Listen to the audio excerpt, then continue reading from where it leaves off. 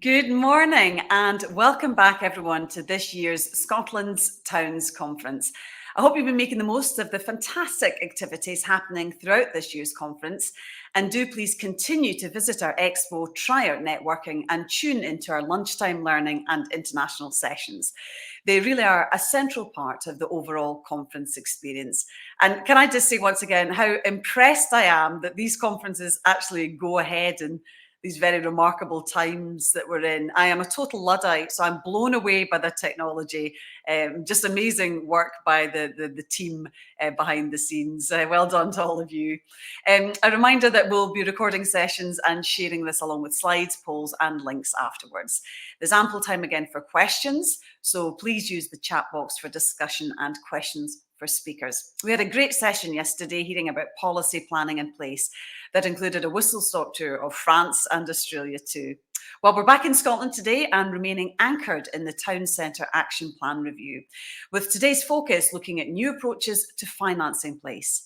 This might include reviewing tax, funding and development systems to ensure that well-being, economy and climate outcomes, fairness and equality are at their very heart. Well, to frame this morning's discussions, I'm very pleased to welcome Scotland's Towns Partnership's very own Phil Prentice, who's the Chief Officer. And Phil, without further ado, I shall hand over to you. That's great. Thanks, Rona, and good morning, everybody, to day 2 of our conference. I hope you've been enjoying the flexible approach we've had to the conference this year, spreading it over the week, allowing people to dip in and out of the various sessions.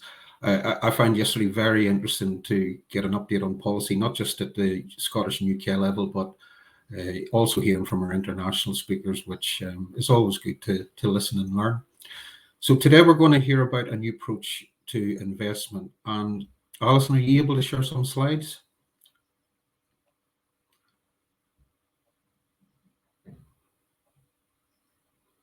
Okay, thanks.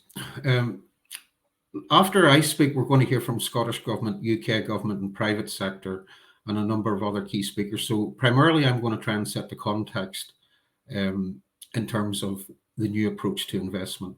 I'm going to give you a quick run through the landscape. If you go back to pre-2009, during the 80s and 90s, town centres really became dominated by retail. The retail sector was easy for investors and for institutions.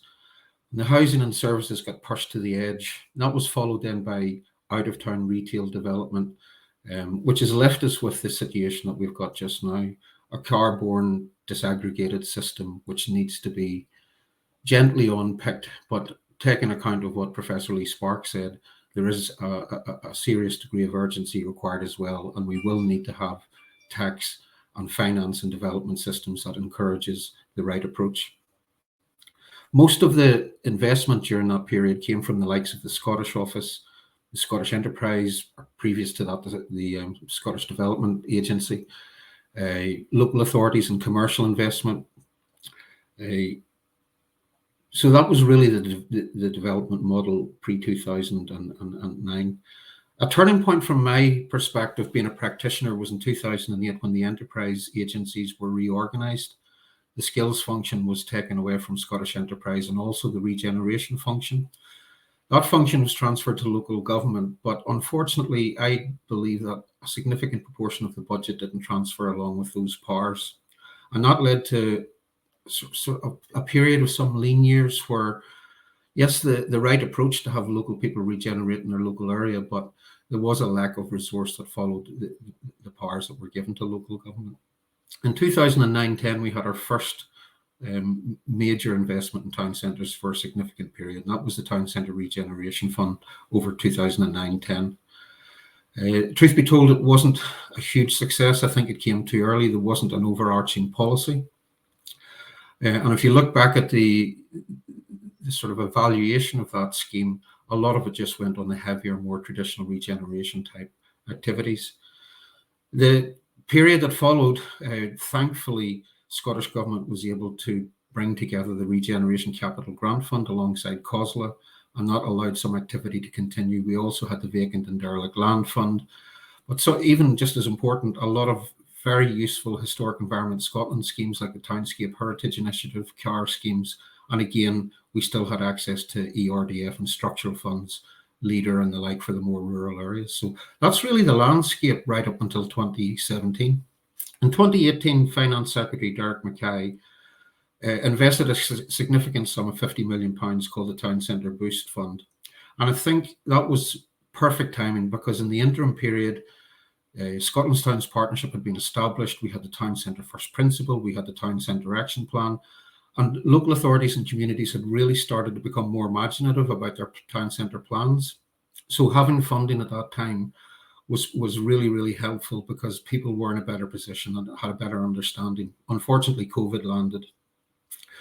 We then moved into a period of basically chaos, where we were trying our best to meander our way through the unknown.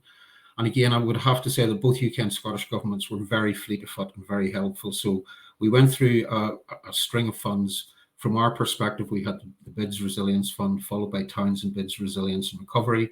We then seen midway through 2019 the £18 million Towns Capital Stimulus, followed by Scotland Loves Local. Underpinning all that was the review was ongoing in the background, led by Professor Sparks. So we were starting to think, what's going to happen long term? And the two game changers from my point of view were probably COVID, climate. So give us a time to slow down, to rethink, to reset, to reimagine, to understand that the system pre-COVID wasn't working that well, and to look at how a new system would actually help us nurture our town centres and deal with issues around inclusion, around the climate emergency, etc., and allow us to build a better recovery for the country. That has been matched in terms of the resource, and we've seen significant funding put forward by Scottish Government, £325 million as part of the place-based investment programme. Probably a similar sum if you look at the UK Levelling Up funds and the community ownership funds. We've got the vacant and derelict land fund for the next 5 years, Scotland Loves Local, which STP has been managing, and also the Scottish National Investment Bank. And I think sometimes that's been underplayed in terms of the ability to look at regeneration in a longer term, slow, patient capital type model. The past model of quick extraction and speculation is gone. We need to work more collaboratively moving forward, and I think SNIB give us an opportunity. Alison, can you shift on to the next slide, please? Okay, so what does happen next? I don't think we have the option to go back to what was there before. We can clearly see from the review that we need to put a bigger focus on health and well-being.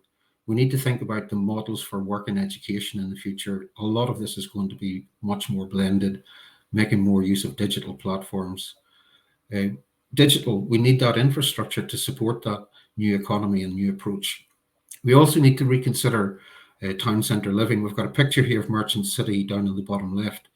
Glasgow, in its typology class of cities, is the least densely populated city in Europe. If you go into George Square in the evening, there's nothing above the frontages. Whereas if you were in a similar city, like a Brussels or a Bruges, every single bit of that space would be built out. There would be people living there. You would have passive surveillance, you would have community, you would have economic consumption, but also importantly, you would have a much lower carbon footprint. So I know there are efforts underway, and there have been a number of funds from Scottish Government to support local government in the social housing sector, but we need to move much more quickly and more aggressively at this, to recover blocks at scale, to look at the changing housing demographic, the generation X, Y, Z, our parents' generation. You know, they need to be close to amenities, to the doctors, they need to be able to give up private car transport and move to public transport. So we do need to look at repopulating our town and city centres and making much more of our existing eco footprints. You can see that transport's going to change radically in the future, but there's opportunities around all of this in terms of greening up the environment, building on biodiversity. We heard from the Welsh Government yesterday about just how important for people's health and well-being, but also for the environment, is putting some green space into the centre, you know, to give people time to reflect, to sit down, intergenerational bounce, again, but building the biodiversity that our environment actually needs to survive. So how do we pull all these strands together? And I think in 2018, the Scottish Government launched the Place Principle, and they have subsequently rolled out the Place Standard. We heard a bit of that yesterday from both Sandy and Ian Gilzine. This has been seen internationally as best practice. And I think the key thing here is town centre regeneration or city centre regeneration is not just the domain of regeneration. It is the domain of everybody. And the place-based investment fund should be looked upon as leverage to bring in all of those actors, to look at developing shared visions, to look at contributing collectively, collaboratively, to bringing in communities, but also thinking about how the various sectors can play into this: housing, energy, digital, transport, local authorities, community groups, business improvement districts. If we develop those consensual collaborative visions, then we should be looking at the place-based investment programme as being the overarching umbrella to drive that type of collaborative investment. So without further ado, I'm just going to pass back to Rona, and hopefully we can learn from both the UK and Scottish governments and also the commercial sector to see what these new forms of investment can look like. Thank you for your time.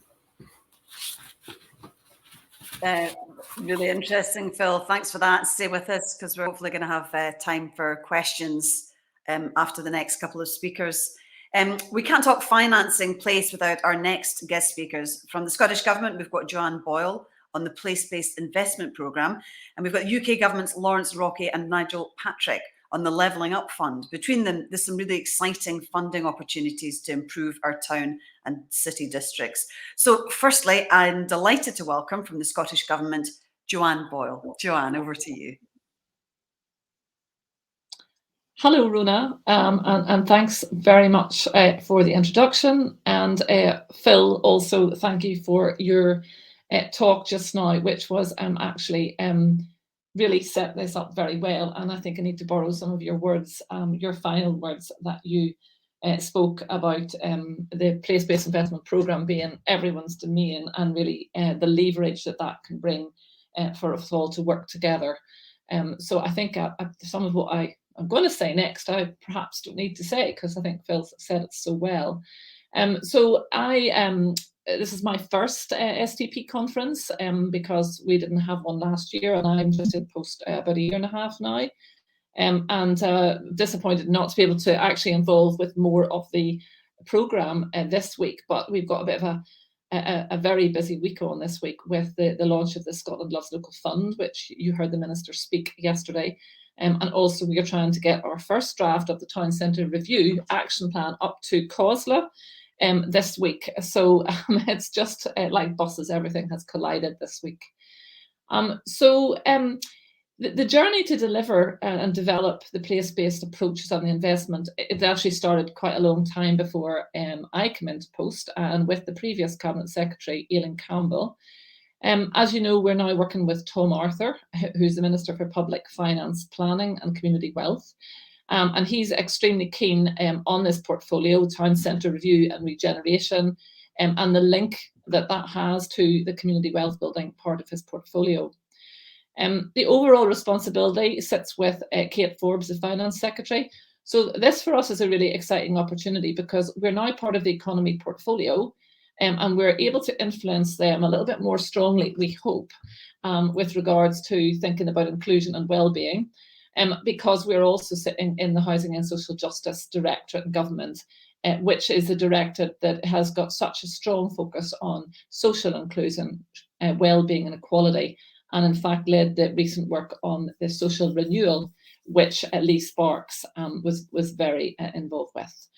So we think we've got quite a good balance in the way that we work in government and with ministers. So the momentum for the place-based approaches and the thinking, it's really great to see that now.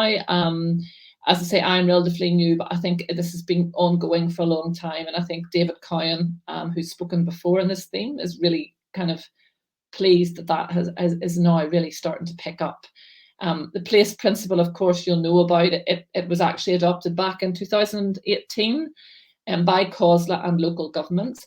And the place-based investment framework is really about complementing the work that's already been taking place through the place principle over a number of years. And you'll see some of that coming out and being developed and explained in the Our Place website, which is underway at the moment. So the programme It's not just about the money, but it sits in the place-based framework. And you heard about that, I think, on Monday afternoon from Sandy Robertson. So the framework, it asks the questions and what do you need to consider when you're addressing investment in any place? What do we need to think about?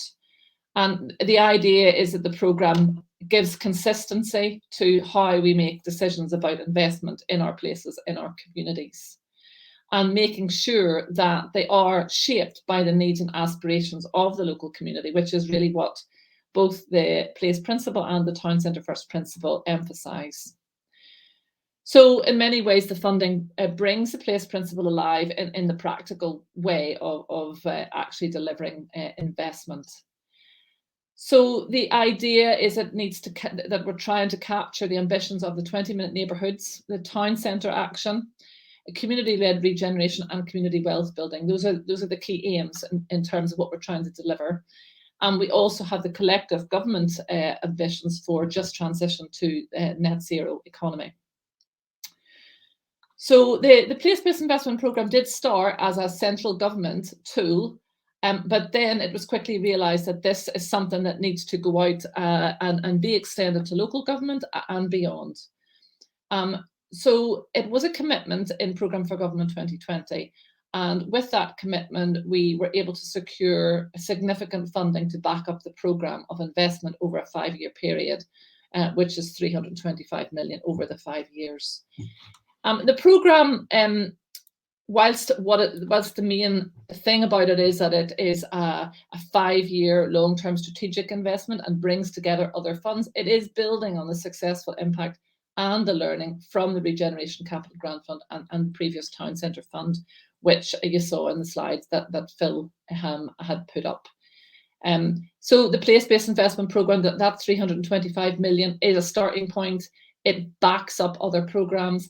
The 3 key strands of that is the local government funding that we have. The second is the Regeneration Capital Grant Fund, which continues. And the third is support for Clyde Gateway Strategic Delivery Plan.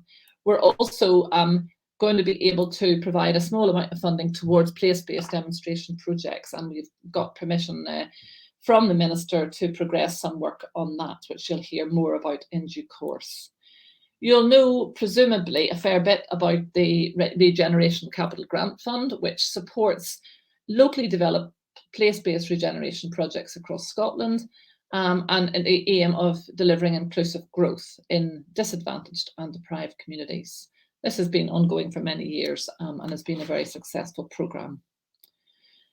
The local government side of the programme, that is a total of 140 million allocation over the 5 years. I mean, local government really are very much a key partner in delivering all of the ambitions for the programme.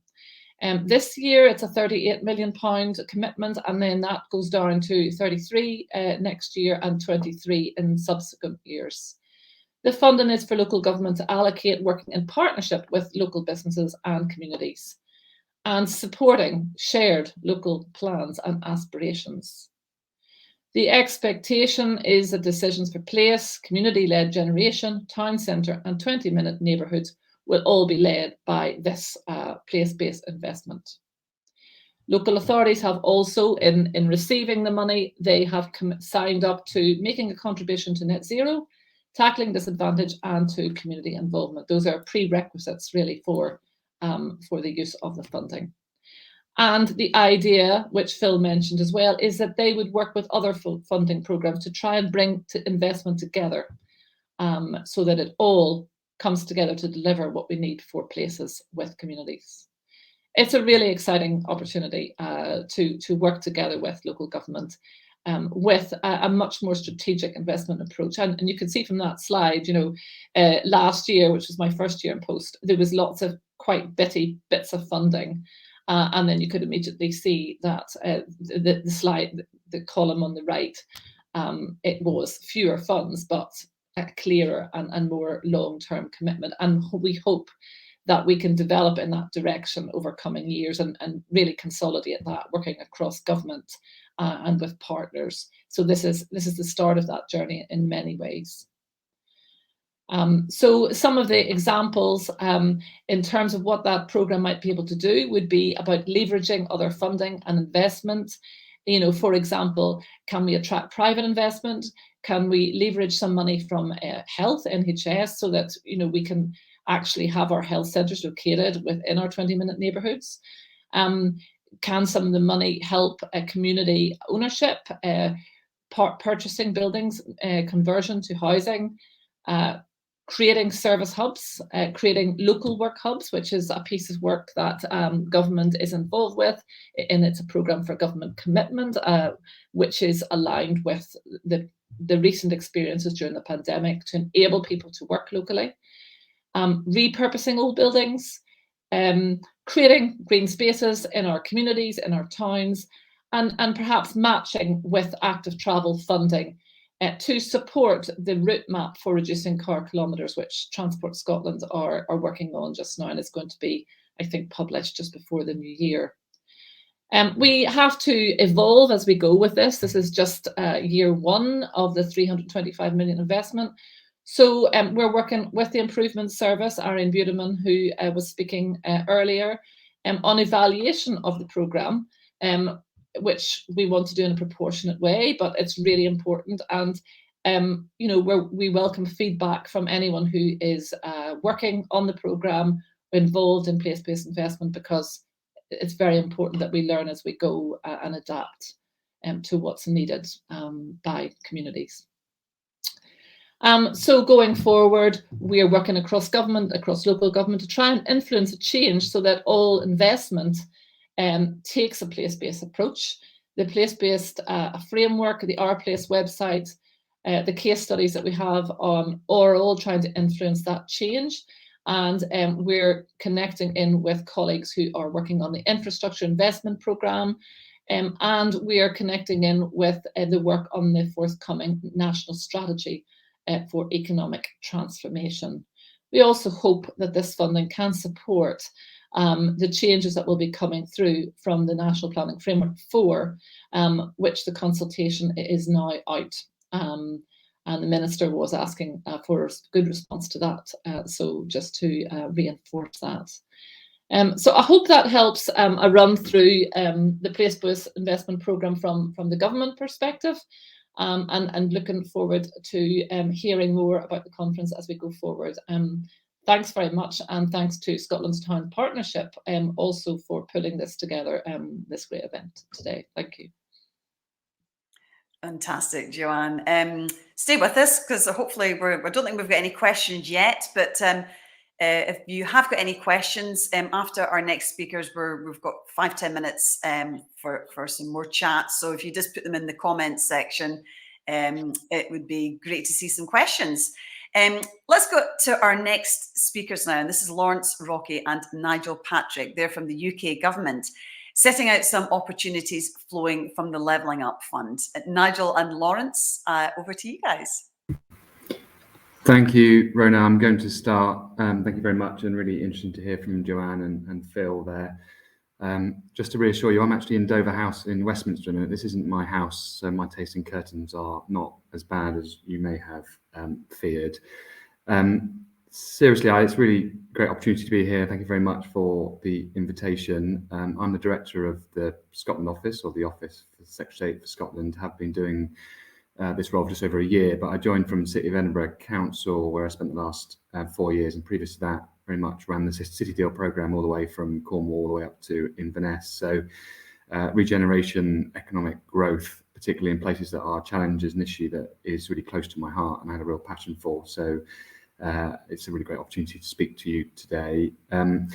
Nigel and I thought it'd be good to do a bit of a double act, which Nigel will introduce himself, but he's the head of the CLGU Scotland team. So that's the regional part of the DLUC team in Scotland, and his presence represents, it's great that Nigel's here and we're speaking together, but it speaks to a changing landscape from a UK government perspective, both with the new Department for Levelling Up Housing and Communities, which is tasked with delivering the Levelling Up agenda, as well as intergovernmental relations in the way that the union works in our relationships with the devolved administrations.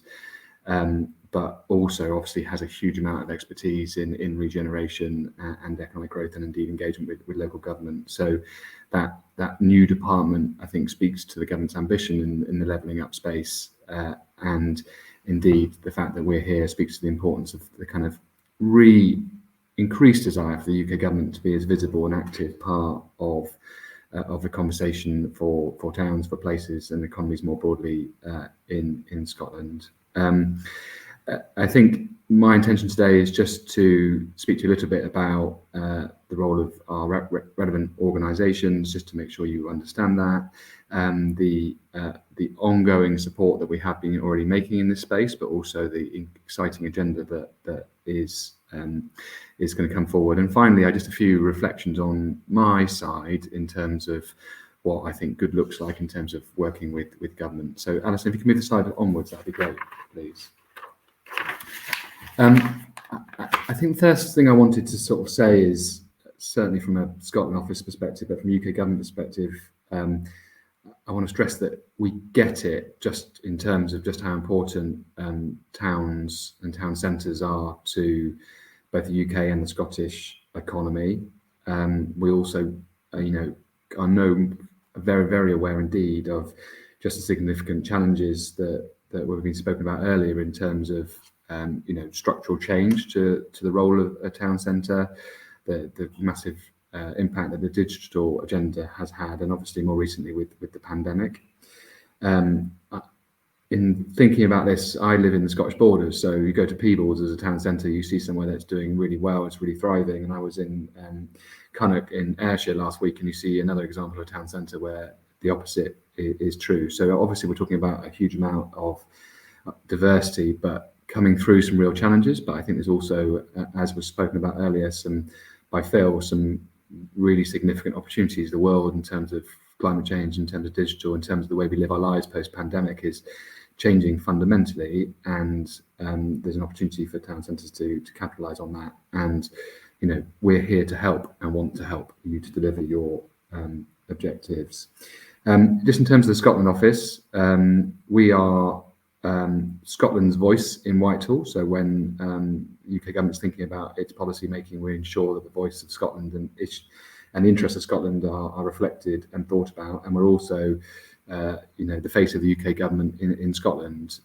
So we've obviously been here since devolution, but what is increasingly becoming important and is very much set by our kind of corporate objectives is the economic success of Scotland is very much baked into our objectives. I'll say a little bit more about City Deals in a moment, but I guess I wanted to let you know that the economic success of Scotland is fundamental to the work that we do, and certainly a lot of pressure on ministers to do so.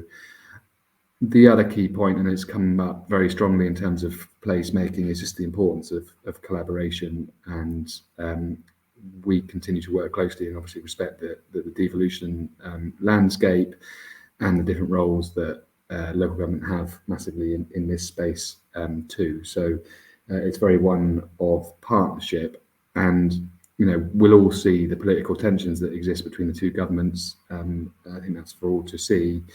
But actually, look at something like the City Region Deal programme, you see great partnership working in action on the ground between the two governments. And so I hope you'll see more of that, excuse me, going forward. Alison, would you move us on? I'm just going to hand over to Nigel for the next slide. Thanks, Lawrence, and good morning, everyone. I just wanted to say a little bit about the new team that has been established within the Cities and Local Growth Unit, so reporting jointly to Levelling Up and Bayes ministers in Whitehall. So my team was established earlier in the summer, and our role is to kind of provide place-based expertise and knowledge back into the Cities and Local Growth Unit, as well as to kind of wider parts of the UK government. And I wanted to say just a little bit about what our role is and how we work collaboratively with Lawrence's colleagues in the Scotland office as well. My team is kind of responsible for the delivery of the various UK funding programmes that have been announced recently as part of the Levelling Up agenda. So that will include the Levelling Up Fund, the Community Renewal Fund, and the Community Ownership Fund, the results of which in the first tranche of funding were all announced as part of the recent spending review and a week later in relation to the Community Renewal Fund. And in doing so, my team has area leads for every part of Scotland. So we have colleagues not just based in Edinburgh, but based all across Scotland, whose role it is to be the single point of contact for local authorities in their area, and working really closely with local authorities to understand the local economy and to help deliver the projects that have been successful through the various funding programmes, but also working with local authorities and other groups to kind of help develop bids for future funding rounds, and making sure that potential projects are eligible and presented well, so that they have a good chance of succeeding in future funding pots. So that's kind of one of the main roles that we play. So we're working really closely with local government and other stakeholders, and really sort of thinking about how the work that our department leads on fits in with the work that Lawrence is going to come on to in more detail in regards to the city and growth deal landscape. And we're really keen, following the results of the most recent funding programmes, to learn the lessons for those in terms of taking them forward to both round 2 of the Levelling Up Fund, which we expect to take place in the spring, but also as we look to the UK Shared Prosperity Fund, which is the main fund looking forward, and making sure that the lessons that we've learned from the Community Renewal Fund and the other funds that we've done to date are really taken advantage of, so that we can present them as well as possible in the future funding process. So that's really a very brief overview of what my team does and how our work is kind of distinct from that of the Scotland office, but we make sure that we work very closely with Lawrence's team to make sure that the 2 different types of funding are as coordinated as possible, as well as Lawrence says, collaborating with the Scottish Government wherever possible in terms of making sure that the various funding programmes are aligned in so much as we can do. So yeah, that's all from me at this stage. Thanks, Nigel, and Alison, just move us on to the next slide, please. I think I repeat the same message again, really, which is, as Nigel said, we are extremely keen to engage with you. We have new colleagues in Queensborough House from a number of different policy departments, including the Department for International Trade, which is obviously also relevant in this space. And so if you want to talk to UK government and don't know who to talk to, then Nigel and myself are very good places to start. I guess I sort of want to talk about the kind of UK government support almost in sort of 3 phases, because obviously our activity in the kind of economic growth and regeneration space has been active in Scotland in recent years for some time. Obviously starting with the city region deal in Glasgow back in 2014, and I think that represented quite a significant moment for for Scotland in terms of UK's government's role in investing in the economic future of Scotland more directly.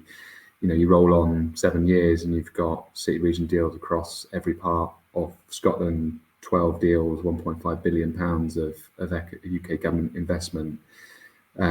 Not perfect, no programme is, but the principles of partnership, working with, recognising it's for local places to understand the solutions to their economic challenges, and the importance of thinking regionally, I think are extremely important and have sort of weathered the test of time. And if that was the sort of first phase, then I think we've already just recently, as Nigel just sort of set out, been through this second phase. Somewhat controversially, in some places, there are new UK government UKIN powers to invest money directly with local authorities, particularly in devolved areas, and we've seen that power being used recently, both in terms of the Levelling Up Fund and the Community Renewal Fund. You've seen, direct investments to support places in Aberdeen, in Dunbartonshire, and in Falkirk, just to give you a few examples. I think we felt from our side that a huge amount of interest in working with the UK government in this space. Obviously, the desire for investment has been made, a need for investment has been made, very clearly this morning already. And as Nigel said, I think we certainly would recognise there's lessons to be learned as there are more processes, and the spirit of partnership working is something that I think we want to build upon.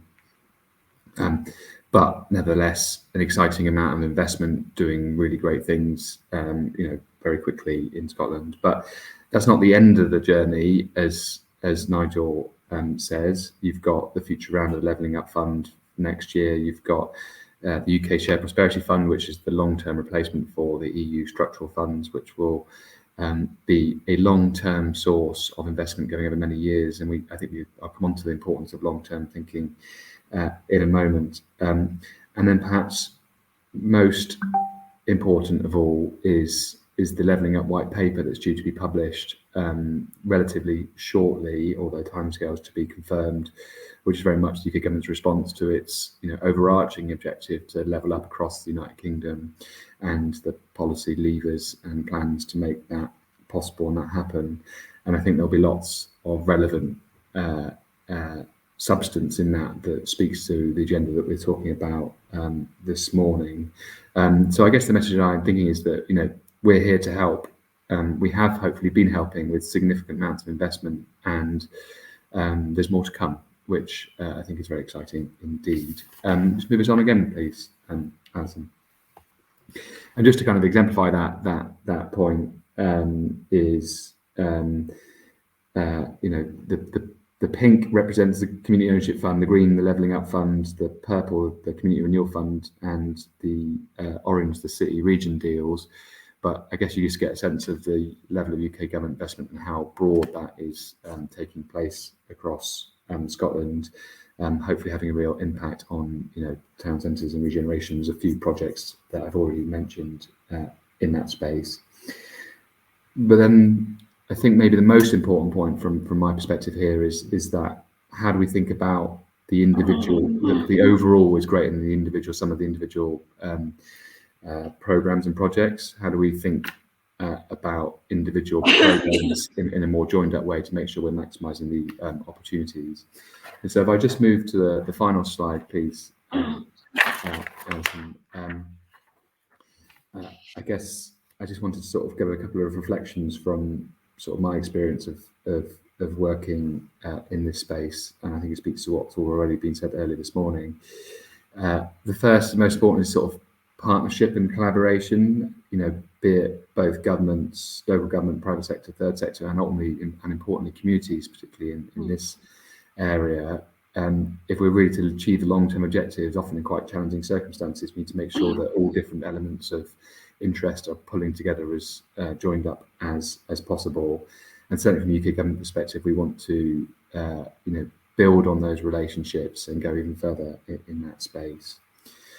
The second, and I think there's perhaps work still to be done in this area, is that the strong belief that local partners and local places know what's needed in their communities in order to drive through economic growth, and those answers can't be in Edinburgh or Westminster.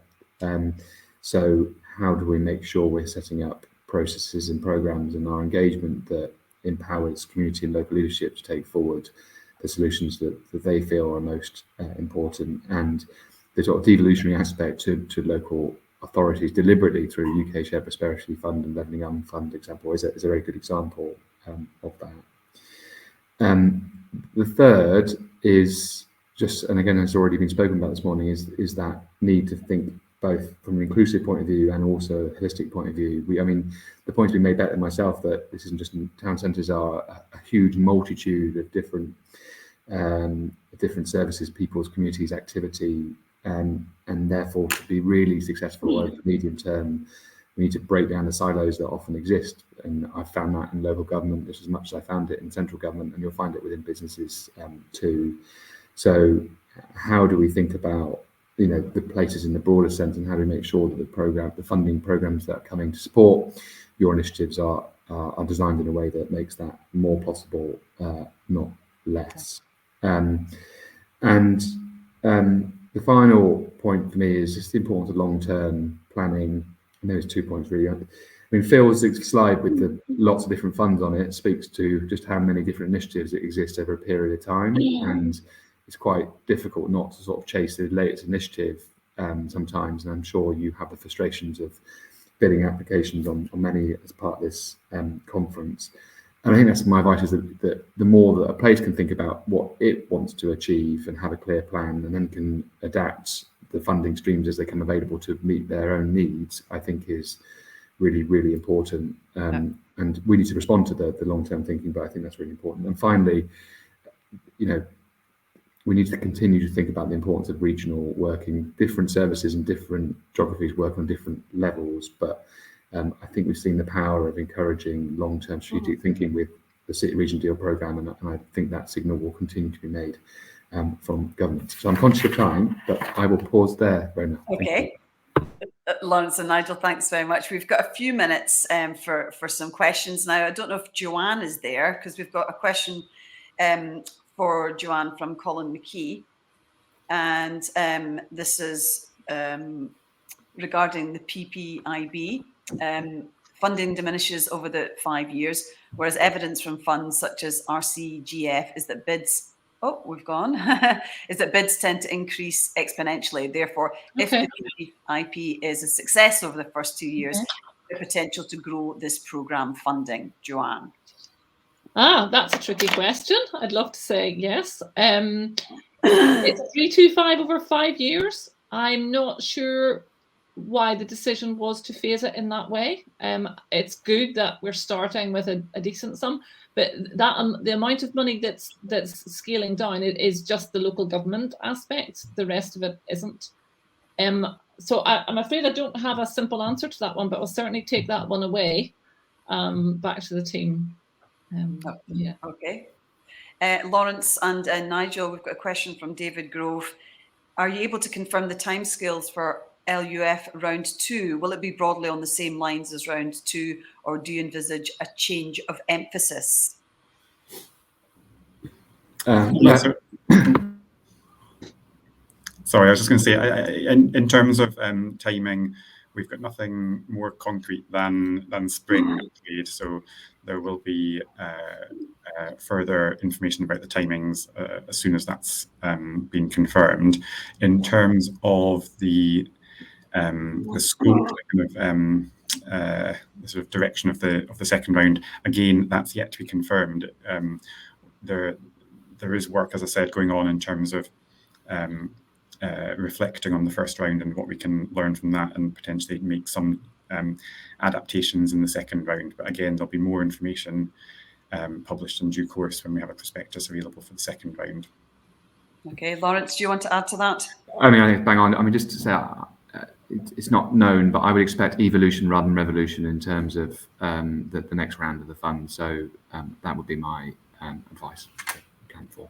Okay, spring is also quite a broad concept in the civil service world. So yeah, I can imagine maybe towards Easter, I would have thought. Okay, Phil, we'll just try and squeeze in a quick question to you before we move on. Phil, what are your thoughts about how we achieve this new approach to funding?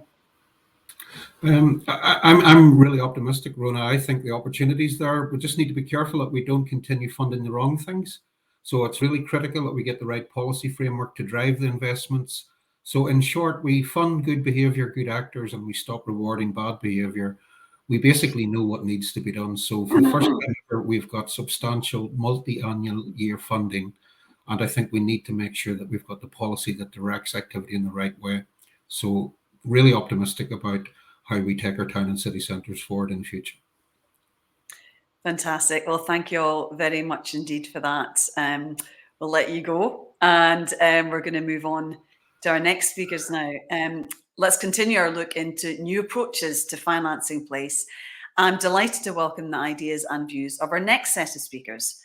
Jonathan Guthrie from the Robertson Group, Malcolm Hewins from Montague Evans, and Fergus Money from Argyll and Bute Council. Now, please remember, keep your questions and points coming into the chat box, and we'll put them to our next three speakers a bit later on once they have all spoken. Now, I'm going to introduce Jonathan Guthrie now. Now, Jonathan is not doing a Stevie Wonder impression. He's not trying to be cool, although you do look very cool, Jonathan, I have to say. But I know you've had an eye operation, and I hope you get better soon. It sounds like it's all very positive, but I think you wanted me to let people know that you weren't just wearing your sunglasses inside.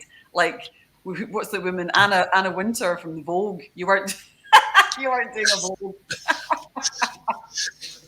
It's as much as I like to be cool. Sadly, it's not really something that has ever been described as. But thank you very much, Rona.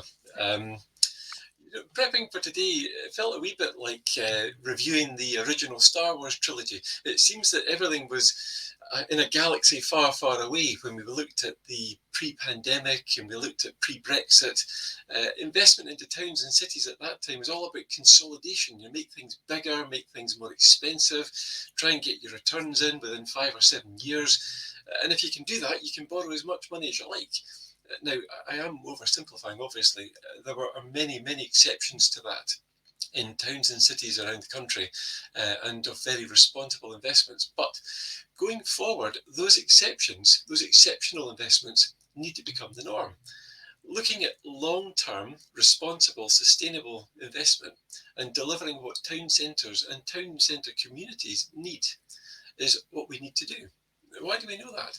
Well, in the past, things that were difficult to deal with, things like traffic reduction and achieving a better blend of residential and commercial, perhaps having a blend of national and local retail, in addition to trying to do things like reduce traffic reduction and enabling access and servicing, including a mix of pedestrians and cyclists and cars and buses, and allowing access for the disabled and for families and all sorts. These were all the things that kept us busy and kept us focused on what we were trying to do.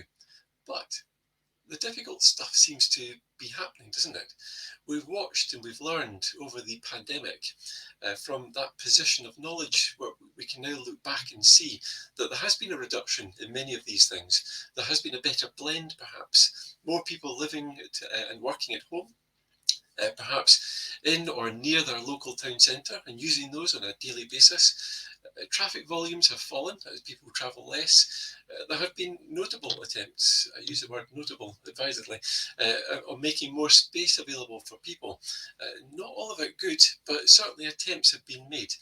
And we've seen the demise of some of the big brands, big footprint retail, which is mixed news, because sometimes we might think, well, that's good because it allows for more local retail, but sometimes these big brands have been the anchors for our cities or town centres.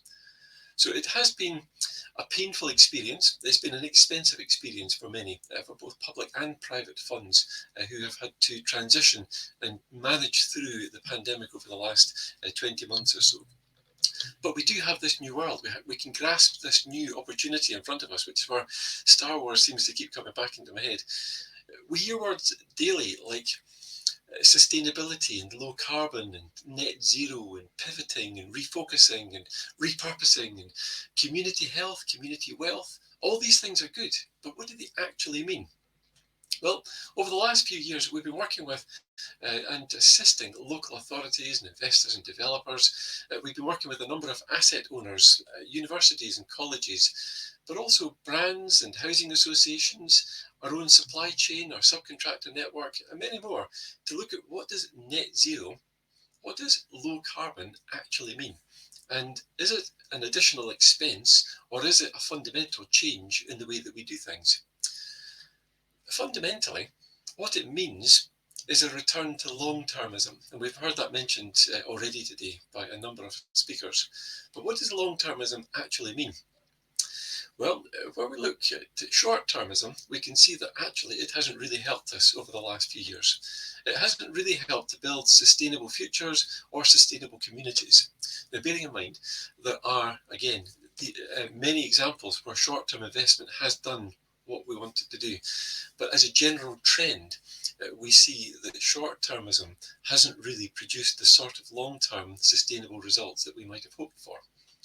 Investment in the past has tended to be based on sort of 5 to 7 years worth of return, maybe something even less, with rent reviews on an annual basis, break options every few years to allow either party to exit the deal.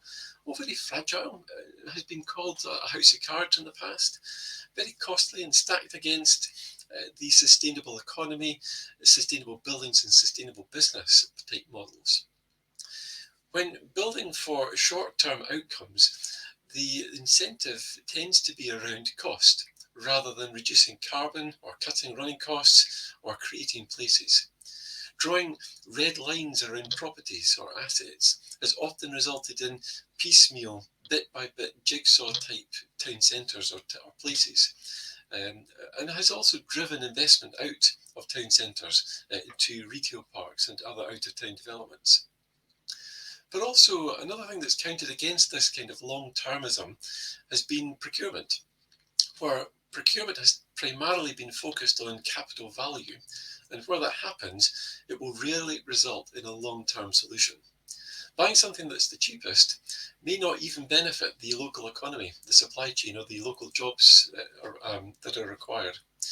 So factoring in local jobs that must be created for a period of time, or stating in a procurement exercise that a contribution must be sought for the local economy, they might drive short-term input to the economy or short-term jobs, but these will expire. These will melt away once the obligation has passed.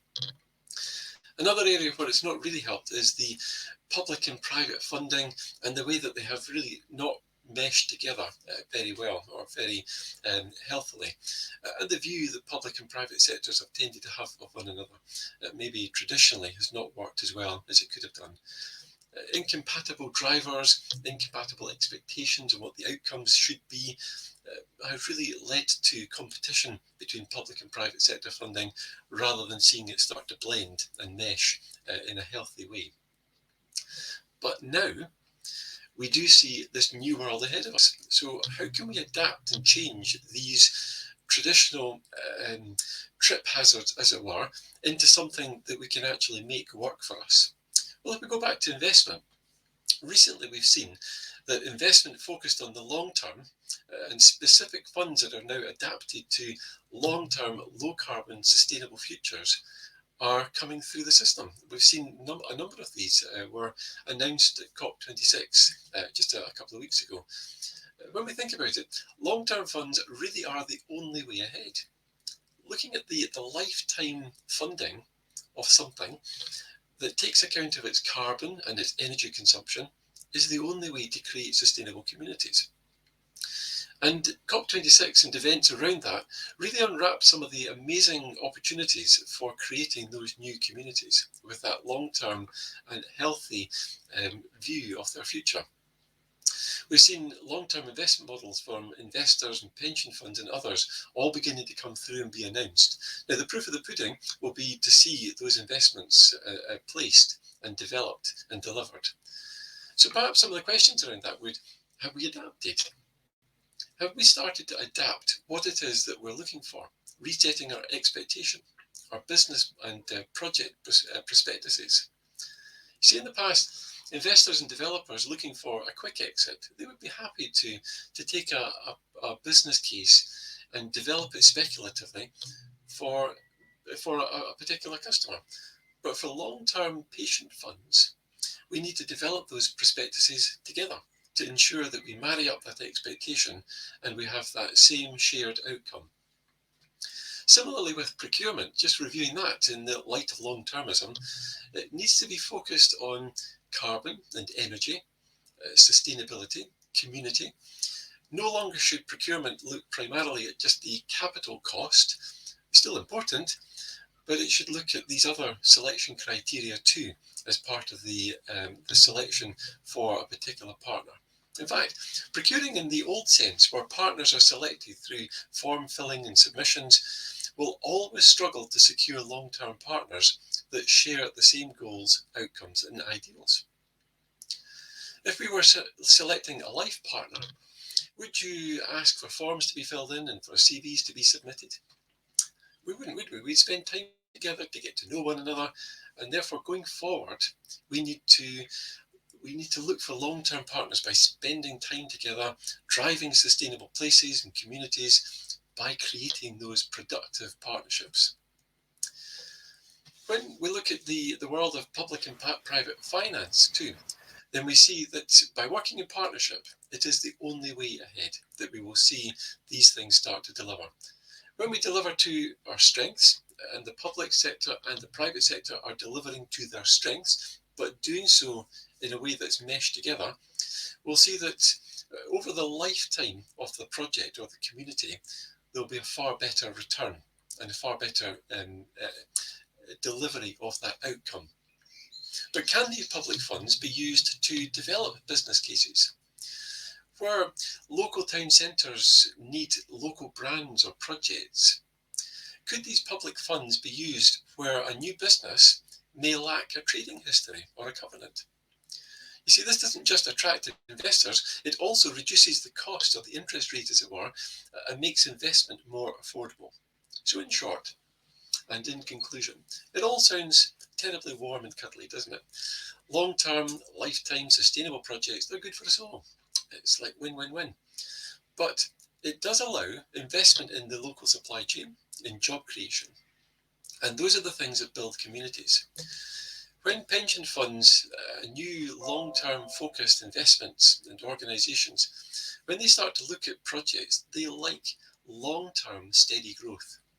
And that's exactly what we want from our town centres. Collaboration and long-term partnerships are key to this.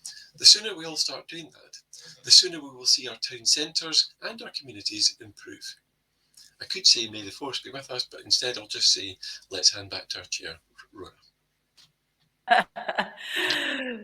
Thanks, Jonathan. And you said there that you wouldn't ask your life partner to fill out forms. Well, I wish I had. Maybe a pledge to put the bins out or something.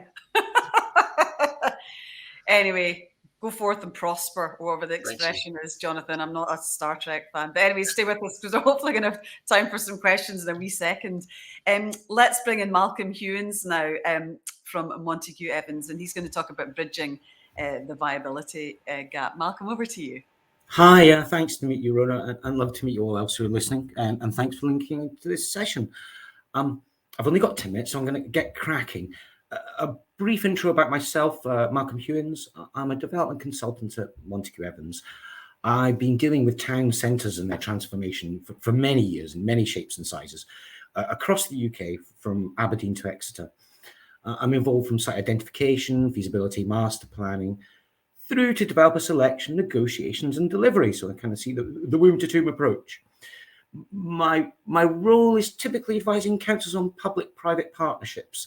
And so there's an emphasis here in that chart. Bridging the viability gap. Why this topic? It's fundamental to scheme delivery, however you wish to describe viability, and I'll come back to that. Schemes don't happen without stacking up financially in some way, and it's not just an issue for marginal centres. Even town centre schemes in more valuable locations have significant viability issues.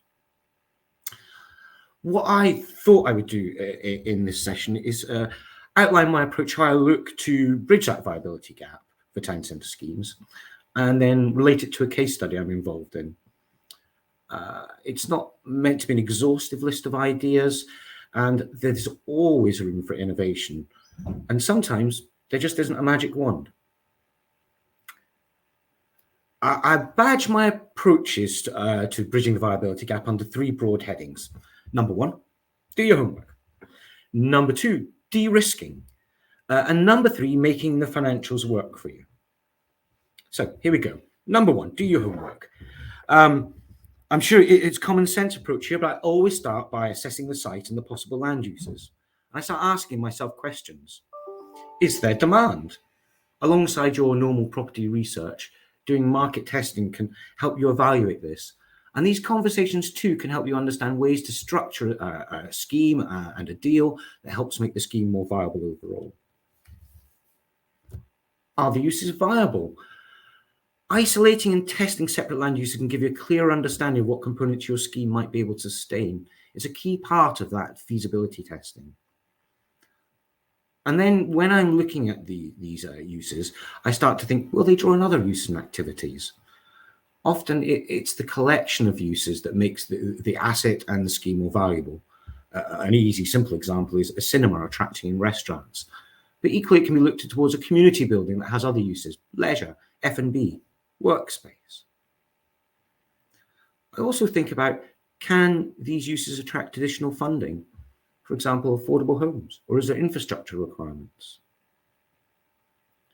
Perhaps a very hot topic at the moment is sustainability issues, and that turns my attention to, do you have to redevelop buildings?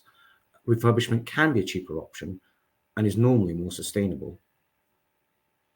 Then, looking at the site as a whole, are there expensive parts of the site to include, to assemble? Can they be avoided?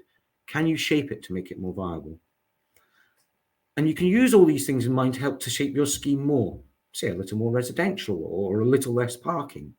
And the aim is to move you along that path to get a slightly more viable proposition. I've got to say at this point, from my experience of looking at schemes across the UK, this is sometimes a point where difficult choices have to be made. Sometimes there just isn't that property demand there, or there is such a big yawning viability gap, it's very hard to see can you overcome it. But maybe there's other kind of meanwhile or temporary uses that come forward, public spaces or parks that set the scene for future more viable development to come forward. And we're seeing that across town centres in the UK in a good number of locations. Heading number 2, de-risking. What can you do? Well, I think first and foremost, being clear about what you want and being committed makes everyone more comfortable, and it's a form of de-risking. Other initiatives can be site assembly. This is challenging and off-putting for many, but if the public sector is willing and can assemble the land, this can reduce developer costs and profit margins they seek, because there's less risk. Another piece is to get your tenants lined up. It creates certainty, reduces risk, and therefore minimises developer profit margins too.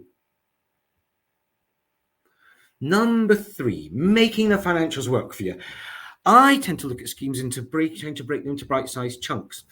In short, the bigger the scheme, the bigger the risk, and potentially the less viable. If you can break it up into chunks, it can enable you to minimise that risk and bring forward certain parts of the scheme early, while others wait till the property and other climates are better for them. There's an important issue about how you describe viability too when looking at your financials. In the development world I look at, it tends to be residual appraisals, a day one assessment. Is there enough money in the pot to buy the land? But thinking about your investment over the longer term, 20, 30, 40 years, can deliver a much rosier picture about the overall returns, factoring in things like life cycle and maintenance costs. There are other obvious things to look at to help you bridge that viability gap. The cash flow itself. Are there ways that they can be managed and engineered to reduce interest costs? And there's borrowing itself. Is cheaper borrowing available? Is the Public Works Loan Board, for instance, available? And then on top of that, you can start to layer in different delivery approaches and partnership structures that may help. One obvious one is kind of do-it-yourself, direct, not for profit. Councils or housing associations can do this. It's not for everyone, but it can save some monies. If you're entering into public-private partnerships, then there starts to be another range of ways that can maybe financially help sustain to bridge that gap. If it's a land deal, then potential to agree to payments, for example. Using the power of the public sector covenant to underwrite development, that creates capital value, and then it can be used to cross-fund other parts of the scheme. There's joint ventures. There are lots of possible structures. They come in many shapes and sizes. And it's not for every scheme, but it can help make the financials work in some circumstances. You might be able to put into the mix too forward funding and purchasing. This takes out risk and reduces those profit margins again.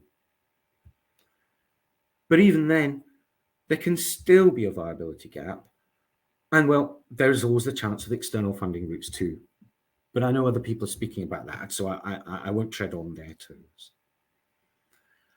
I thought I'd try and bring this all together by sharing a slide of a case study, and hopefully the IT works here. Thanks.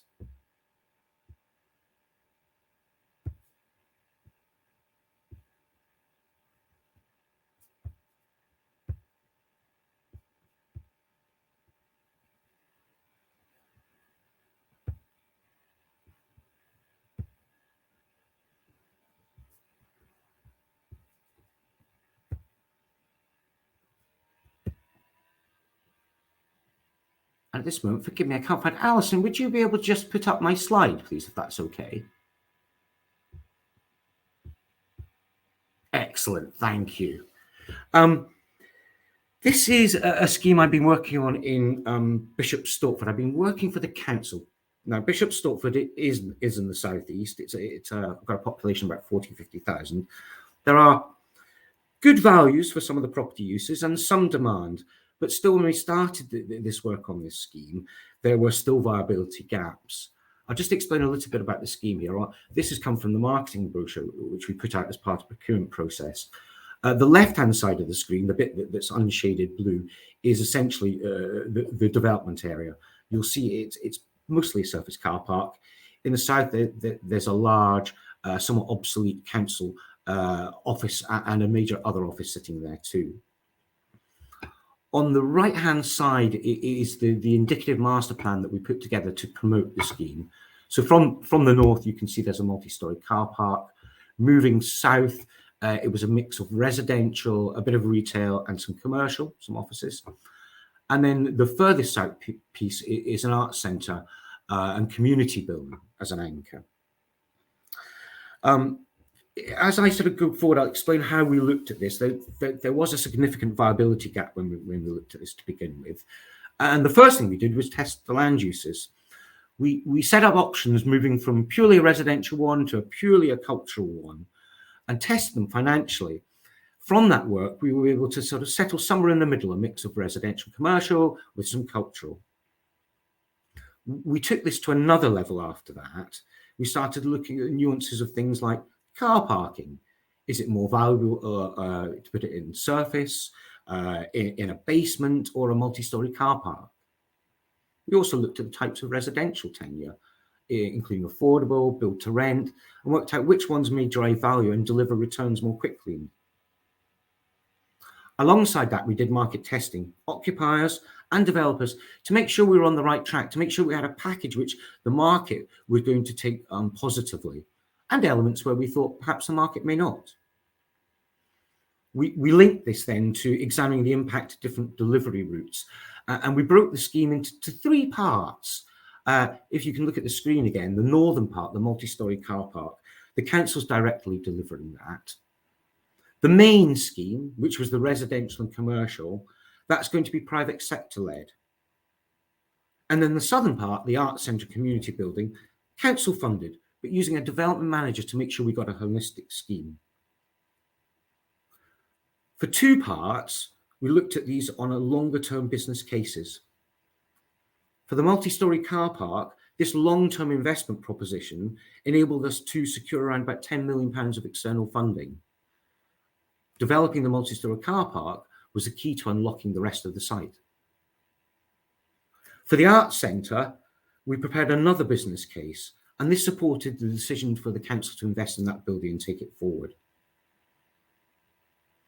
Behind the scenes as well, we were assembling the land, trying to de-risk it as far as possible.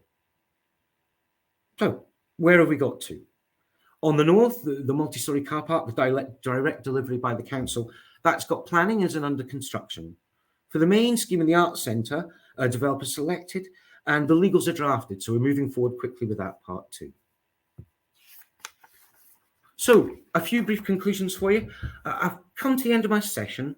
Perhaps the takeaway I take from the schemes that I'm involved in is it's usually a combination of approaches that make your scheme more viable. And I hope through this session I've given you some ideas too. That's me. Thanks for listening, and I'll pass you back to Rona. Thank you very much indeed, Malcolm. Let's introduce Fergus Murray now, who's Head of Economic Development at Argyll and Bute Council. Fergus, good morning. Over to you.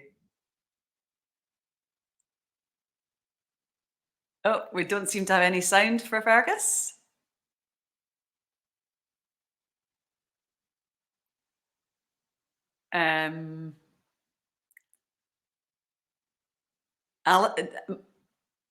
Fergus, if you say a few words, let's see if we can get your sound. Oh, there's Alison. Here's the no, I can't hear you, Fergus.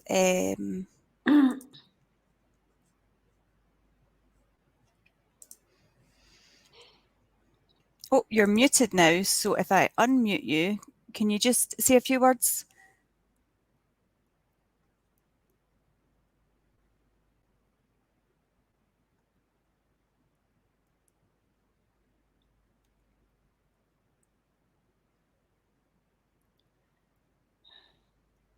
What I'm going to suggest is I'm going to run with a short advert, and Fergus, if you could maybe exit and then come back in again, and we'll go from there. Okay.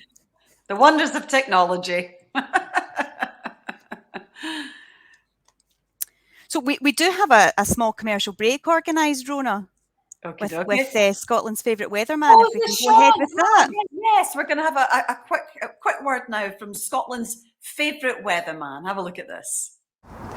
Join me, Sean Batty, as we celebrate the people, the places that make our nation so special in our Scotland Loves Local Awards. Tune in for the awards this Thursday at 4 p.m. I can't wait to share these remarkable stories with you.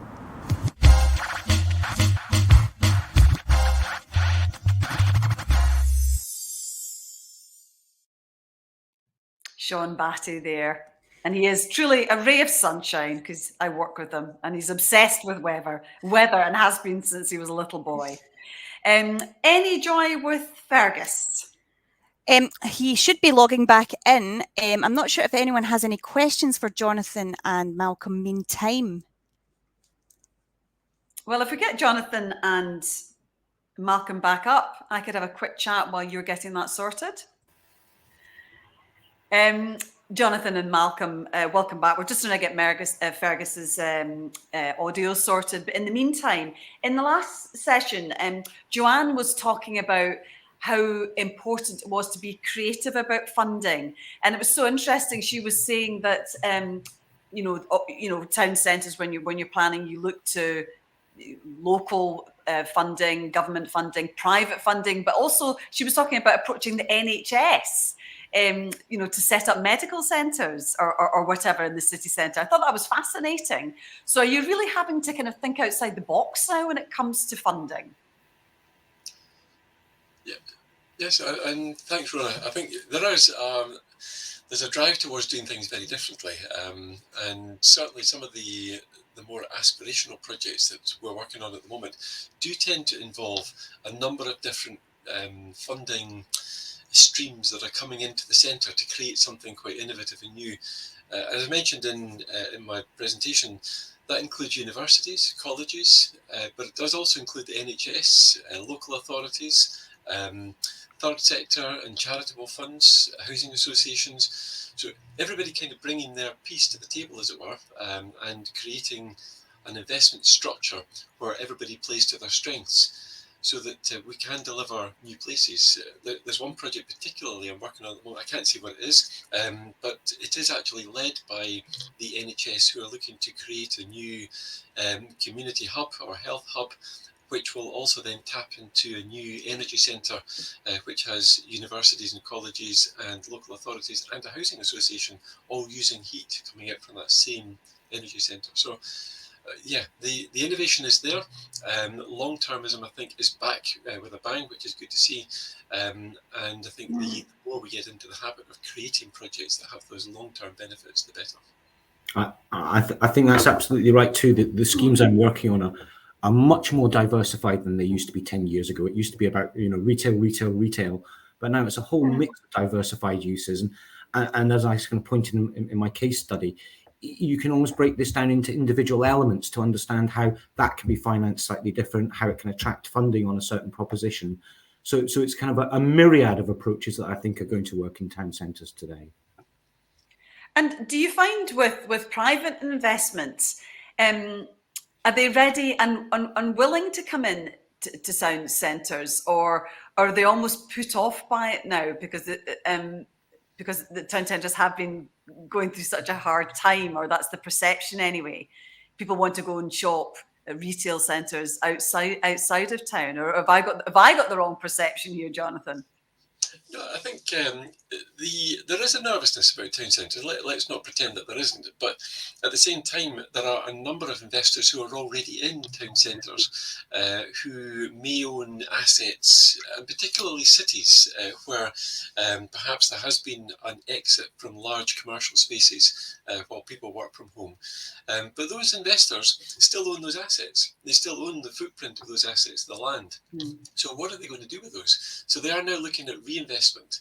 And I think that's where some government intervention around things like tax, for instance, and I think Malcolm mentioned about the need to repurpose existing buildings. If we could have a fairer tax platform where building or retrofitting and refurbishing was as cost effective tax-wise as it is to build new, then we would see far more generation of work in projects like that. But there is a healthy interest in town centres. Good. Let's hear, Fergus, can you say anything? Can we hear you? Oh, we still can't hear Fergus. Oh, it's always the way, isn't it? Right, I'll leave Alison to try and sort that out, and we'll keep the questions. If anyone's got any questions, because we have got some time now while we try and get Fergus back. If you've got any questions, just put them in the comment box. Malcolm, what were your thoughts about what Jonathan said there? I agree with what Jonathan's saying, and from my experience, as I say, it's kind of public sector led. I can see that there's things that the public sector can do to help make more challenging town centres more attractive. One of the very obvious ones is assembling the land. I'm sure Jonathan will say, if you can see an assembled site, that's a much more positive proposition than one where it's very piecemeal. So there's that early proposition work that can be done. I think too that when you come out with a vision, which I think is absolutely right, that long-term approach, you need to make sure that it has the kernel that it is deliverable. There's that balance, as I was saying before, about you want some goodies, cultural buildings, etc., but they need to be cross-funded in some way. So there has to be a realism before you go out with an idea for a town centre scheme that you can see a path to its delivery overall. But Jonathan's right. There is a lot of patient capital, both existing in town centres and looking to get into town centres at the moment. It's changing, and I think it's probably gathering pace compared to maybe 12 or 18 months ago. I'm veering slightly off topic here because I know today is about funding and finance. But Jonathan, I was really struck what you were saying earlier about, you go to town centres in somewhere like Brussels and it is thriving. There are people living there. And I wonder, is that the key to, a vibrant town centre is repopulating a town centre? And how do we go about doing that? Because do we not inevitably, once you put accommodation in town centre, it becomes very expensive, and so it's not just ordinary people living there, it becomes quite kind of elite. I can see why that might seem to be the case, but that would be predicated on sticking with our existing model of home ownership, and I think we're already seeing a drift away from particularly from younger people and pre-retirees who would rather not own a house as such through a mortgage, but perhaps a long-term lease or rent. And once you start getting into that, then yes, we'll see more of the European model beginning to develop in the UK. There's always been a wee bit of a concern around having residential above commercial or retail, because you then fracture the ownership because you're selling off these buildings, and that means that the development of that asset in the future becomes difficult. But if you're going down a rental model or a lease model, then that doesn't have to be the case. But you're absolutely right. I think having people living in towns means that for the local economy, you don't just have breakfast, lunchtime and home time peaks. You have a consistent business during the day where people are in and around the town centre. And that has to be a more healthy thing. Yeah. And it's certainly for thriving town centres, even in the UK and Scotland now, you will find that there is a fairly large number of people who actually live there, don't just work there or commute into that place. Yeah, because it just gives that feeling of a really vibrant, kind of exciting place to live, doesn't it, when you go to places like Brussels or whatever? But we'll maybe come back to that in a second and ask Malcolm. But we have got a question from Heather McNaughton here to both of you. And she says, can you realistically deliver community wealth building alongside investor requirement for growth? Malcolm, we'll put that to you first. I would hope through the case study that we presented there, yes, there is community wealth building. That was the balance between bringing a community use building, an arts centre, alongside residential. The way we've looked to structure the deal separates them out, so they're done in slightly different ways. But holistically, the scheme will be stitched together as one. So yes, I think it can. But this is the bit about being sort of, how to say, creative about how you think about your scheme and how you kind of chop it up to make it into chunks that can be delivered by certain parties. So absolutely, and I think public realm improvements and those elements all add to that community wealth building too. Jonathan. Yeah, I do. I firmly believe that community wealth can sit alongside investment, particularly when we look at long-term investment. The expectation on return from pension funds is much lower than perhaps what we used to know in the past from developer funds and sort of fixed model funds for investing in assets and fixed assets, where there is an expectation on making a profit within a very short period of time and then selling that asset on into the pension market. So I think there is a very strong ability to bring these together, because in some cases, in some of the projects I'm working on at the moment, the expectation on a return on investment for the private sector is lower than the Public Works Loan Board expectation on return. Okay, and we've got a question here. What tax levers should the Scottish Government deploy to stimulate development in towns? How can we fix non-domestic rates? Malcolm, do you want to take that? Always a challenging one. I think Jonathan's point about how you tax, refurb versus new build is a really key one. I think if we're moving to a more sustainable proposition, I don't think I'd be the first to say that at present the balance between what taxes are paid by people in physical retail compared to online is not in the right place, and clearly anything which reduce occupier costs is going to be seen more positively overall. So yes, I'm an advocate of some way of reorganising the way rateable values work. Yeah, I agree. I think that looking at the tax structures around refurbishment will allow more flexibility of existing structures and allow them to be refurbished and repurposed in a way that befits town centres and local communities. In terms of how we solve some of the bigger issues around tax and residential, it's not really my area of expertise, but again, the drive towards long-termism and making sure that we are looking at that long-term models, and maybe also turning off that expectation that we have to own our property. And again, a couple of models that I'm working on with a pension fund at the moment for new residential, where your rent is going into a pot, but that pot has also got an element of pension fund attached to it, which is pegged to grow at the same rate as the pension fund are making from their investment. So your pension fund will be growing as a proportion of your rental. I think these kind of models are really interesting, really exciting, and could start to flatten out some of the inequities in our current system. Okay, we've got a question from David Greer here. How do we deal with unrealistic value expectations of private sector owners, particularly for listed buildings where there are no commercial rates? Malcolm, are you able to answer that, or will we put it? It's a challenge. One way around it, although it's a slow one, is of course is using the threat of compulsory purchase to try and get a value that's acceptable, and that's part of the de-risking piece overall. It's almost the carrot and stick approach.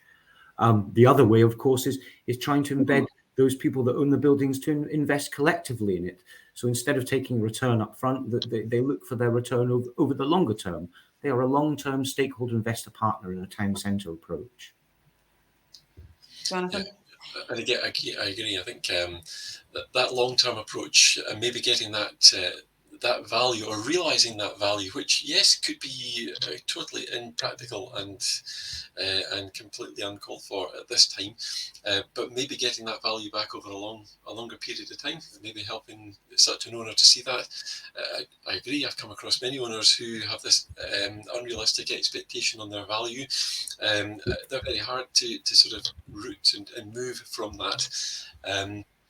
But I think the question around the sort of listed assets too, I think more flexibility around listed assets and being able to see them brought back into economic life, I think requires the same view as I mentioned in my presentation about that partnership working. So working with Historic Environment Scotland, working with officers and local authorities who look after these assets, because actually these attract people to those places. So I'm not an advocate of getting rid of listed assets. In fact, in my past, I've worked in conservation extensively. But I think bringing them back into economic life and making them part of the whole, rather than being seen as a thorny issue in a city centre, because, what can you do with it? It's grade A or grade B listed. I think there are ways of doing that, but it does require a bit of compromise, and it will require a bit of partnership working, rather than just batting the ball back and forward over the net. I wholeheartedly agree with Jonathan about the value that listed assets can bring to schemes. They're really important. They're great attractors. Can have great design. They can become the centerpiece and reasons that place them. Okay, Jonathan and Malcolm, thank you so much for answering all those questions, and thank you for the questions. Apologies that we didn't get Fergus to you. I think we're going to circulate his slides, but I'm afraid these tech things happen. It's fantastic this conference is even taking place in the first place. So thank you all very much indeed. I'm going to hand over to Nick Bennett and the Assets team to lead today's whiteboard session now, and that will pose further questions, polls and discussion on this morning's topics to feed back to government and other key bodies who will be advancing the agenda on town and city development. Thank you all very much again to all the speakers this morning, and I could also take this opportunity to thank yesterday's lunchtime and international session speakers. Do visit these sessions and the expo throughout the week. Over to Nick and his team now. Many thanks, Rona. Hello everyone. I hope you're all having a great conference. My name, as Rona said, is Nick Bennett, and I'm the Regional Managing Partner for Assets, one of the largest accountancy and business advisors operating in the sector. I've spent my career working with a range of public sector bodies, most recently and currently with the City of Edinburgh Council, auditing and reviewing some of their approaches to transforming the city centre, and including some of their innovative funding approaches. So I'm joined today by my colleagues, James McBride, Fiona Robertson and Veronica Donnelly, all experts in their field, and I'm just going to ask them to briefly introduce themselves. Veronica. Good morning, everyone. I'm the VAT partner in Assets in Scotland, and I've worked in public sector for the past 30 years, a number of projects, whether it be on the public sector side and private sector. So in terms of VAT, how to make the funding most efficient, and how to develop projects, whether that be in housing, in roads, in hospitals, in any of the projects that we've had in town centre development. So my part in that is to join the dots between the different stakeholders and make sure that the efficiency in the VAT works through the entire project. And back to the comments that we made earlier, a long-term view about looking at the overall outcomes of any project. So I'll hand over to my colleagues to introduce themselves. Hi, my name is James McBride and I'm an audit partner for Assets. My current clients include the Scottish Futures Trust, 4 of the 5 pubcos and several housing associations.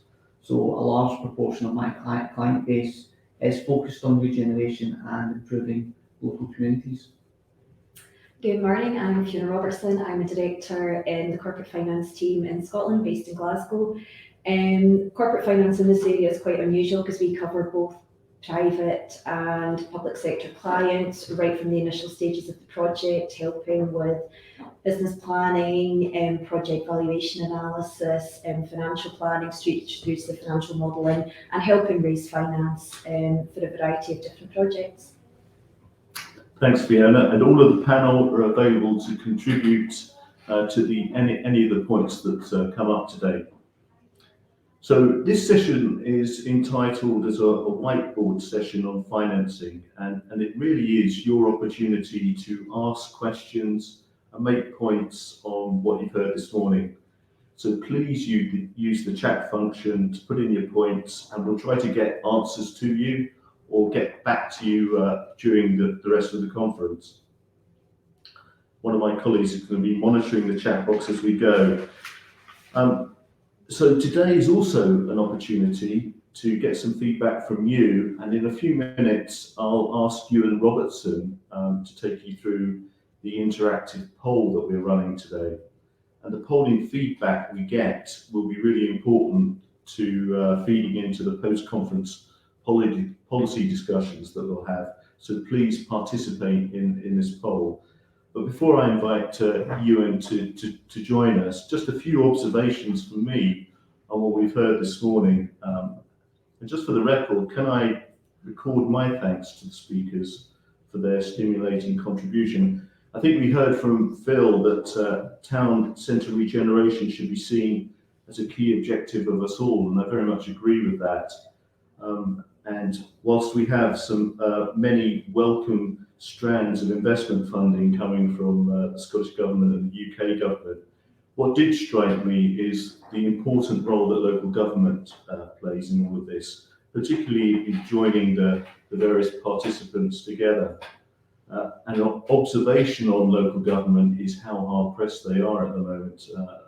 We're really faced with a lot of post-pandemic issues, health and care agenda that's very demanding, and of course an election next year. So I would ask those that are giving out funds to reduce wherever possible and simplify the requirements for bidding, if that's at all possible.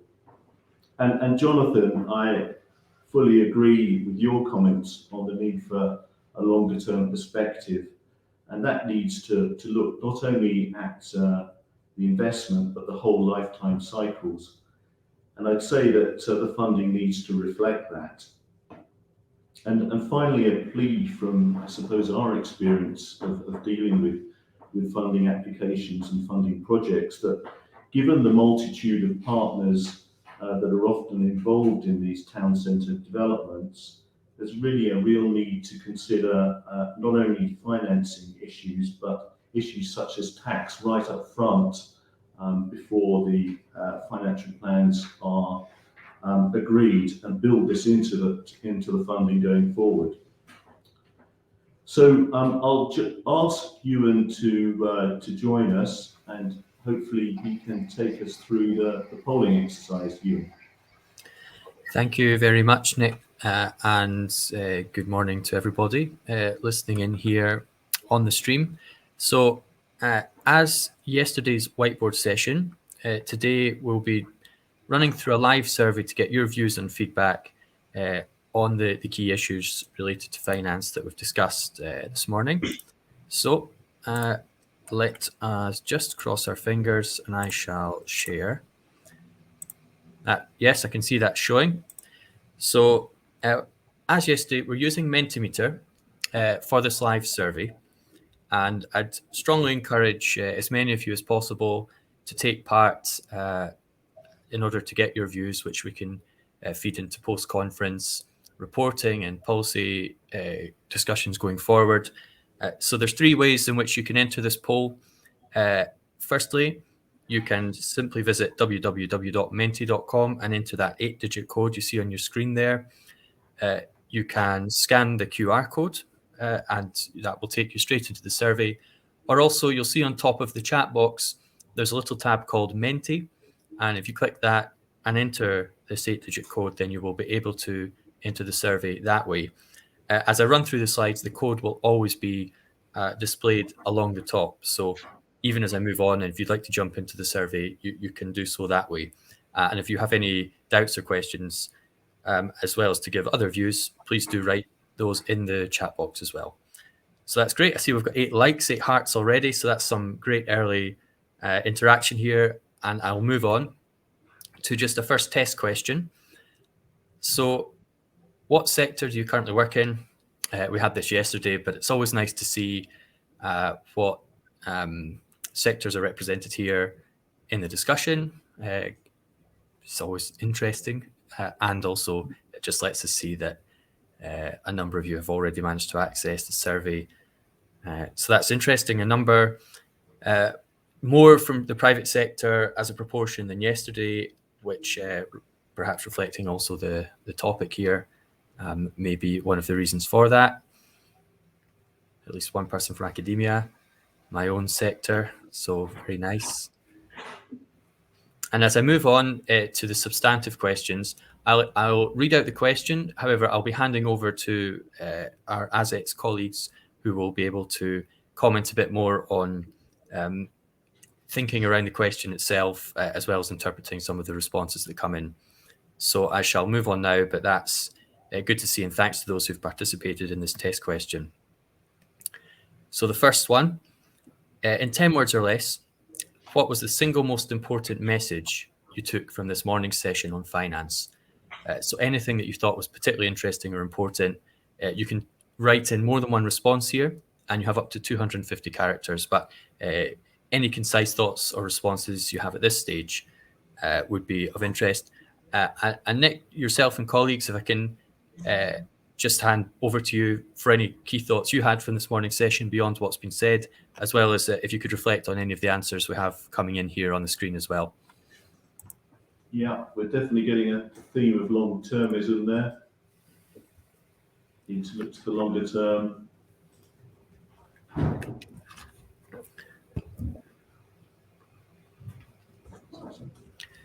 Yes, it's interesting. Several writing on the issue of long-termism immediately. That's clearly been a key theme. Yeah, yeah.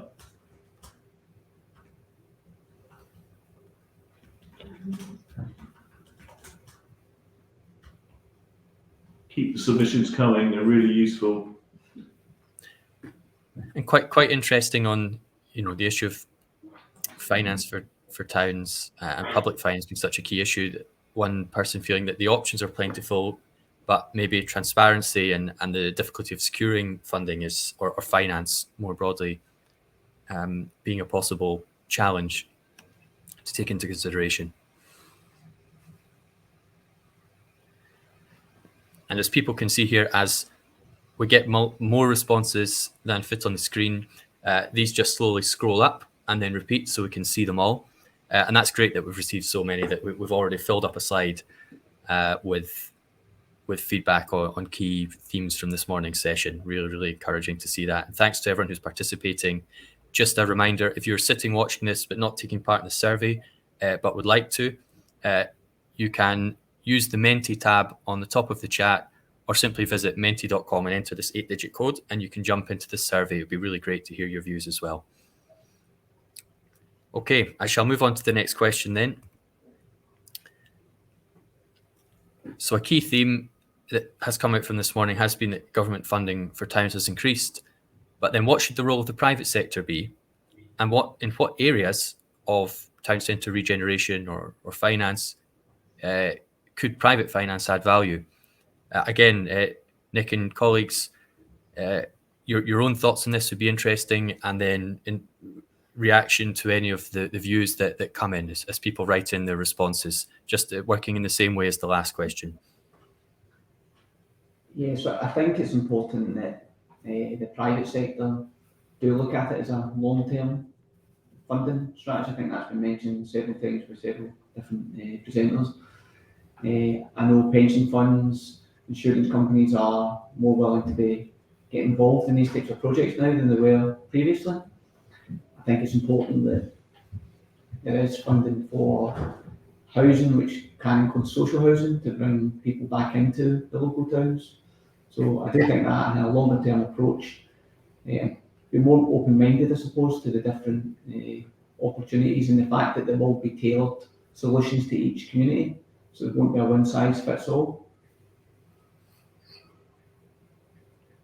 I think generally the experience of private sector, not just private finance, but operators in the sector, obviously largely entrepreneurial. It's if we're going to grow the economy of a town, and it's going to be the private sector who's going to be keeping it running, if you like, with the public sector supporting them, then we've got to have private sector at the table at the outset to be able to contribute to that level. And I also think it has to be continued as well. So it's not just setting up, okay, here's a brand new town refurbished. That's going to need constant investment over 5, 10, 15, 20 years to keep it going. And we've seen examples of that where local towns have been revitalised through kind of sustained investment from government and the private sector. And you'll see we're getting some interesting responses coming in. People have taken a little bit to really reflect on this fundamental question, and several mentioning partnerships, private sector as partners with local government and community, for example, one to deliver collaborative schemes and long-term benefit to all involved, and another focused on investing in town centres, town centre development over out of town, which will link on to our next question I shall mention. So that's a really, really important point to make. I think the partnerships point is interesting because when you start partnering up, that's when the tax starts to kick back in, because different private sector and even within public sector, there are different rules to apply in relation to VAT and to tax. And that needs to be viewed in the round, because if you're going to partner up, it's about who's taking the lead on the project can actually influence the cost efficiency of the whole project. And that's actually really useful at the outset so that everyone knows exactly what finance is required, rather than adding 20% to the overall cost of the project when you don't have to. And then I'll move on shortly, I'll pick up then that last one that's come in, that commercial investment, someone writes, is critical. Just important to ensure it's the right sort and not short-term, speculative or extractive. So just an interesting view there as well. Okay, so I'll ask everyone to keep in mind this little speech bubble in green about investment and prioritisation of town centre economic activity and development. That will be really a theme through all these questions remaining. So we have one more before we move to a multiple choice question. And I'd be very interested to hear the views of our experts at ASITS on this as well. So in the views of yourselves, what are the barriers to investors such as UK pension funds from investing more in town centres? What do people view as key barriers, both audience members participating in the survey and colleagues at ASITS? Yeah, I'll wait for some of the comments to come up, but I don't think there are too many barriers to pension funds investing. It just needs to be the right sort of investment that's going to deliver the correct amount of return in conjunction with the risk that's applied to that particular project. And obviously, pension funds are protecting the interests of their pensioners and members. And so it does need to be the right sort of project. But if you've got the right sort of project, I can't see that there's any barrier for a pension fund getting involved in an infrastructure investment at all. But interested to see what the responses tell me. And I think, again, it's jumping on the timing expectation, whether pension funds invest for a shorter extraction of return. A lot of them maybe need to change their time horizons and invest in things that are longer term and consistently investing as well. I think that's a key theme which seems to be coming out of a lot of the queries. And I think one of the challenges is probably trying to engage with the larger pension funds and insurance funds to get them on board to the kind of idea of these community projects. But there's a big push now for ESG, so environmental, social and governance focused projects. So banks, pension funds are really focused on supporting those types, and obviously this is exactly what you're trying to do here. So there's definitely a market, but I just wonder if the government could support these kind of local communities to engage more easily with these potential investors. I think there's much about understanding the pension fund portfolios as well, because we need to, there's a very strong risk averse culture where they're investing other people's money, and it's making sure it's the right source of projects. So understanding their agenda makes it easier to attract the right funds and the right sources of money to each project, and make sure that they are interested in the investment in the first place. And I also think that there needs to be formal business plans and forecasts, because they will have to undertake their own due diligence before they make any investment. So that has to be thought through. And as Veronica said, the tax implications have to be considered at the very start, because that has to be factored into the forecast. What exactly, how much funding do you need? When are you drawing it down? How are you going to repay it? What's the interest yield? What's the security you can offer? These are all things that you really need to answer before you approach these investors. Absolutely, and also another key theme that's been coming through is the environmental and social impact of everything. You know, several years ago it was a nice to have, now it's a must to have. It's really built into a lot of you know, private public investment funds agenda that it needs to have a really strong you know, environmental and CSR case. I think that's maybe a step change, because it's back to some earlier comments, and I think we're talking about the procurement up until now has been about capital investment and capital cost, and actually we need to widen that agenda, because only looking at capital is short-termism. It's a race to the bottom. Actually, it's the cheapest, you know, funding that you're going to get. Actually, you know, we do need to spend a bit more to get the end result that we actually want, and we all need to be in that conversation. But pension funds, as well as other investors, have the same agenda. They're not. It's not all about strictly the capital anymore. So it's just joining those threads to get a clearer picture. They do, and we're seeing big pension funds now investing in areas such as the town centre, and some of these are local government pension schemes. I think there's examples down south of Lancaster Council pension fund that's investing in its local area. Again, as long as the risk is appropriate and the returns are commensurate with the returns that pension fund requires. And I see we're getting a really varied and interesting set of responses that have come into this. And also, David Dunlop has written in the chat, this may have been in reference just to the previous question, but I think private sector can play a valuable role in acquiring properties for those who are uncommitted. And then in the Mentimeter itself, we have suggestions as well as flagging barriers. For example, government regulators could set targets for investing in the national economy. Funds could use CSR to support community ownership of assets. This was referenced by yourselves, colleagues at Assets, enabling scale opportunities. Before I move on to the next question, is there anything more that you would like to say on this this question? I would just like to give an example of where in the Housing Association or RSL sector, Scottish Widows have just recently announced £80 million of funding for Link Group, and that's the first time that they've really invested in the sector. So you see, it used to be traditionally banks that would fund into the sector, but you're now seeing pension funds broaden their horizon. So that's an example of someone doing that. That's a really interesting example for people to take on board. And with that, I'll move on then to this next and I think penultimate question for our whiteboard session.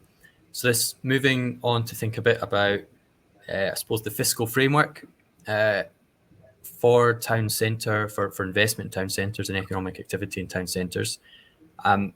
The TCAP review, A New Future for Scotland's Towns report, made at least 5 recommendations, or at the very least ideas, about tax reforms that could support and privilege town centre economies and businesses. So here, if you'd like to have a look, this asks survey users to rank your order of preference, which you think are most important from first to last. So you can answer, you can just put 1, the one you think is most important, or you can answer up to 5 times. So have a little look at these. Essentially, we've got reform to non-domestic rates to prioritise town centre versus out-of-town uses and activities. Reform of VAT, for example, to vary by location, or prioritise or end prioritisation of new build over redevelopment. As these change order, just trying to follow there. Introduce a digital tax, whether on online sales or some other form.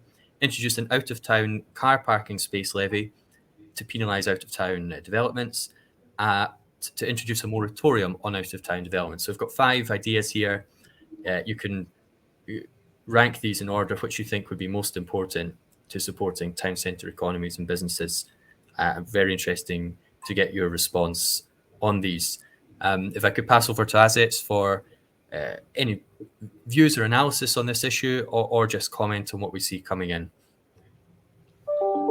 Yeah, thanks, Ewan. I mean, there's some pretty wide-ranging options there. Some are going to be quite politically difficult, particularly things like out-of-town moratorium on development and reform of the non-domestic rate system. But let's see what people are coming up with there.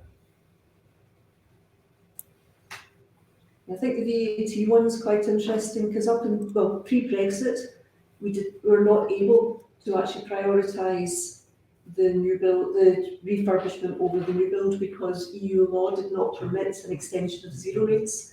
So we were 5% was as good as you're going to get. But post-Brexit, we've now got an opportunity to have a look at that. Still highly political, there's a lot of money involved, but that now is an option that wasn't available before. Personally, I think helping with the rate situation, because that actually helps most of the owner or the leaseholder directly. And I think you can see in town centres from the kind of number of charity shops that are springing up, because they also get rates relief. So you see the benefit of an organisation not paying the rates relief and actually able to operate. And it's a bit of a sunk cost at the start of the year that a business owner has to meet. So I think a bit more help from that would obviously help the owner. And very interesting, seems at the moment the 2 ideas which users finding most important, reforms to VAT and reforms to non-domestic rates. I suppose in that sense, changing some of or adjusting, recalibrating some of the existing tools that we have in that area are having slightly higher priority over introducing new forms of taxation, although all being flagged up here, of course, and in the report as potential levers for policy. Okay, I will move on to what I believe is the final question in the survey. And it'd be very interesting to hear views from yourselves at Assets as well.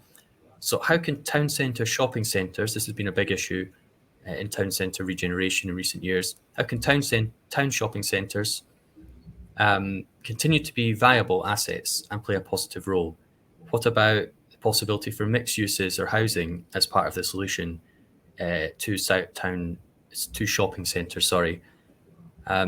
So please do give your views on the issue of the role of shopping centres in town centre economies, or out of town shopping centres indeed. And I'll hand over to Assets if you have any thoughts at all about this issue. Yeah, a really interesting question, I think, and I don't think we've seen the last of town shopping centres at all. I think certainly, for example, in what they're doing in Edinburgh with the growth accelerator model and the St James Centre, does show what can be done in terms of reinvigorating town centres, and I think that's been a welcome addition to the City of Edinburgh's centre. I'm not sure about mixed uses, so I'd be interested in some of the comments that might come through. There's maybe something around the mixed uses in terms of if the point of the town centre shopping is just for the shopping, then you've got the problem we have now, which is you've got a completely shut down town centre outside those opening hours.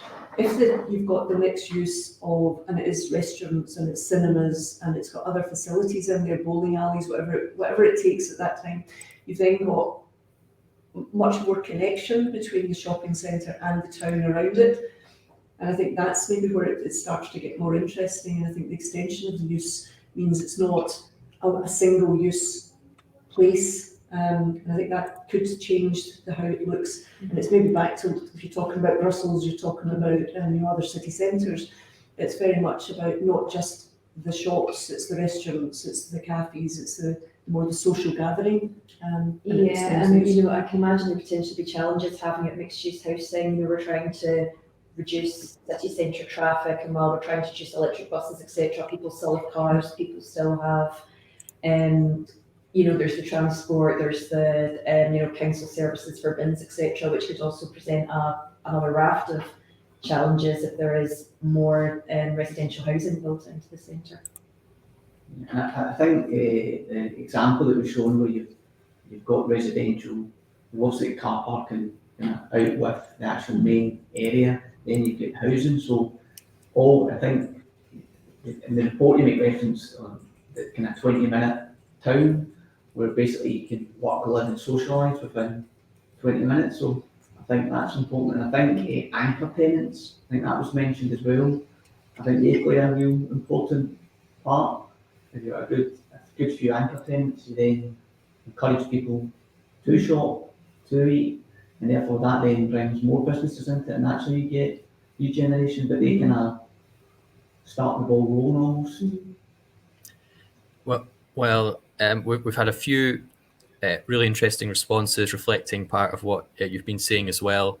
And I think even we've just got a couple of minutes left before finishing this morning's session. I shall pass back to Rona, but may I first thank our colleagues at ASETS for all of your expertise and your views. I think that's been an excellent overview of this issue and great feedback as well on our audience's views coming in. So we really appreciate you coming in and facilitating this session. Thanks, Ewan. Thank you very much. Now I shall pass on to Rona. Thanks for that. And can I just say, I'm a big fan of this St James's Centre. It's breathed new life into that part of Edinburgh. It really has. It's fantastic. Thank you very much indeed, all of you, for that session. Coming up next, there's a lunch and learn session on understanding your town, how to use the Understanding Scottish Places and your town audit tools. And at 2 o'clock, there's an international learning session on the UK High Streets Task Force with Professor Cathy Parker, who is the task force research lead. You can also visit the expo and try out the networking and coffee table options. Thank you all very much indeed for all the speakers this morning. It was absolutely fascinating stuff. Long-termism seems to have been the catchword from this morning, doesn't it? I will be back tomorrow morning to introduce many more fascinating speakers. So until then, I'll say goodbye and enjoy the rest of the conference today. Thank you.